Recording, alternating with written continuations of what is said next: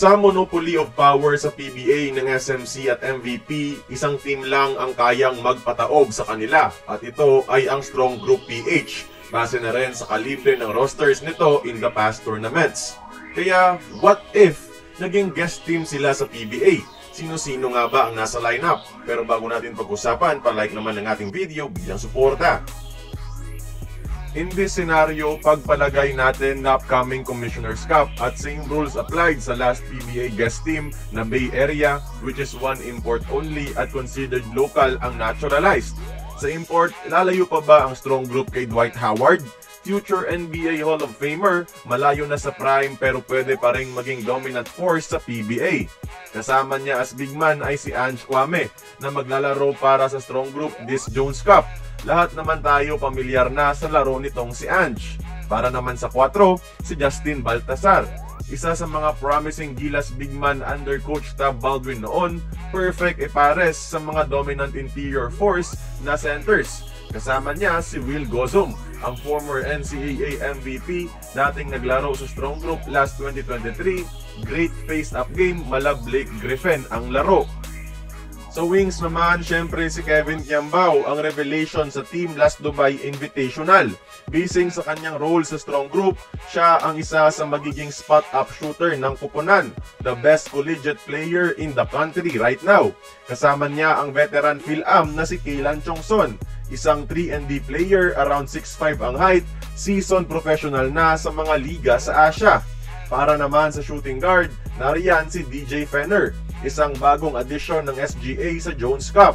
Si Fenner ay isang 6'6 Phil-Am combo guard na nakapaglaro na sa US NCAA Division 1 at import sa mga European leagues na malamalikmok ang laruan. Kasama niya ang isa pang new face ng SGA na si Renz Abando, athletic freak of nature with a soft shooting touch. Kilala nyo naman siguro ang laro ni Air Abando. Sa point guard naman ay si Kiefer Ravena, PBA homecoming pero sa strong group.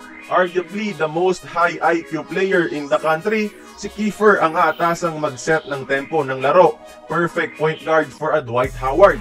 Palitan sila dito ni Cedric Bearfield, Phil-Am na dating NBA G League player. Isa sa mga high-caliber Pinoy prospects available ngayon at nakapaglaro na sa SGA last 2023. Kasama, sino pa ba? Si Nick Young.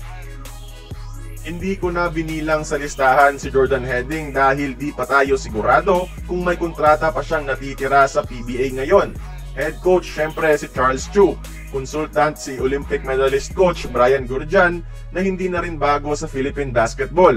Ang projected lineup ko dito ay si Bearfield, Abando, Kiambao, Baltasar at Dwight Howard. But then again mga idol, this is just a work of fantasy in the event na mag-PBA ang SGA. Katuwaan ng possibilities lang po to, huwag sanang maimbiyerna.